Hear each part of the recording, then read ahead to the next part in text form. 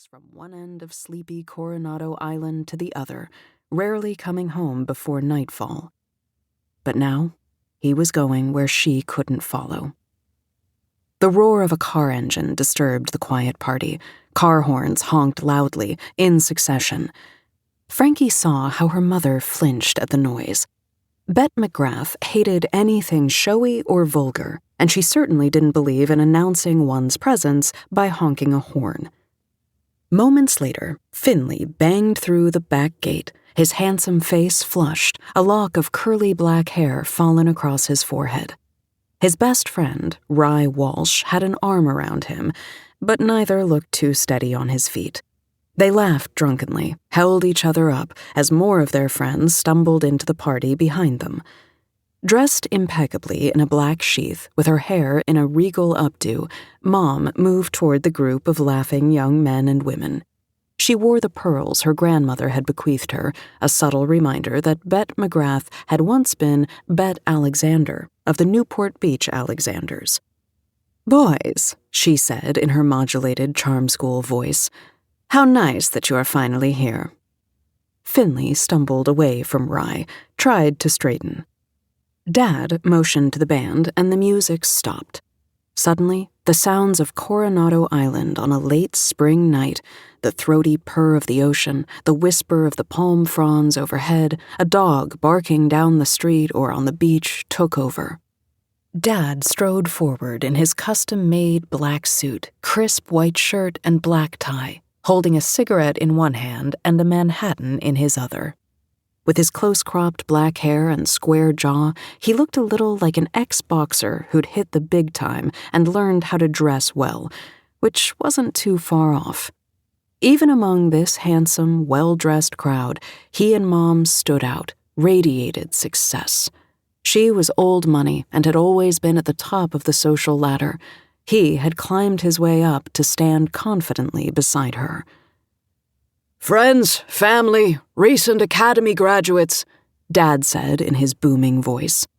When Frankie was young, he'd still had a hint of an Irish accent, which he'd worked hard to eliminate. He often touted his own immigrant mythology, a story of bootstrapping and hard work. He rarely mentioned the good fortune and opportunity that had come with marrying the boss's daughter, but everyone knew. They also knew that after the death of Mom's parents, Dad had more than tripled their wealth with his zeal for developing California real estate. He put an arm around his slender wife, drew her as close as she would allow in public. "We're grateful that you have come to help us say bon voyage to our son Finley." Dad smiled. "No more bailing him out of the Coronado police station at 2 a.m. after some ridiculous drag race." There was a smattering of laughter. Everyone at this party knew the circuitous track Finley had taken to adulthood. From earliest memory, he had been a golden boy, a wild child who could make the hardest heart soften.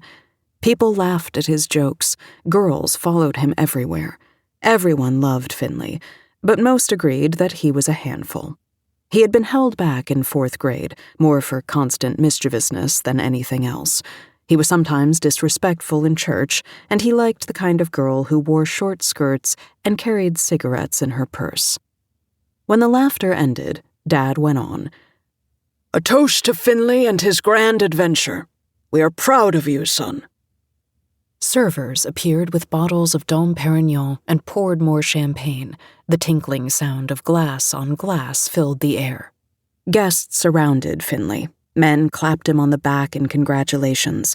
Young women pressed forward, vying for his attention. Dad motioned to the band, and music started up again. Feeling left out, Frankie headed into the house, past the large kitchen where the caterers were busily putting canapes on trays. She ducked into her father's office. It had been her favorite place as a child. Big tufted leather chairs, footstools, 2 walls of books, a massive desk. She flicked on the light. The room smelled of old leather and cigars, with a hint of expensive aftershave.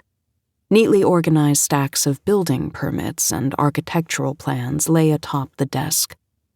One entire wall of the office was devoted to their family history, framed photographs Mom had inherited from her parents, and even a few Dad had brought with him from Ireland.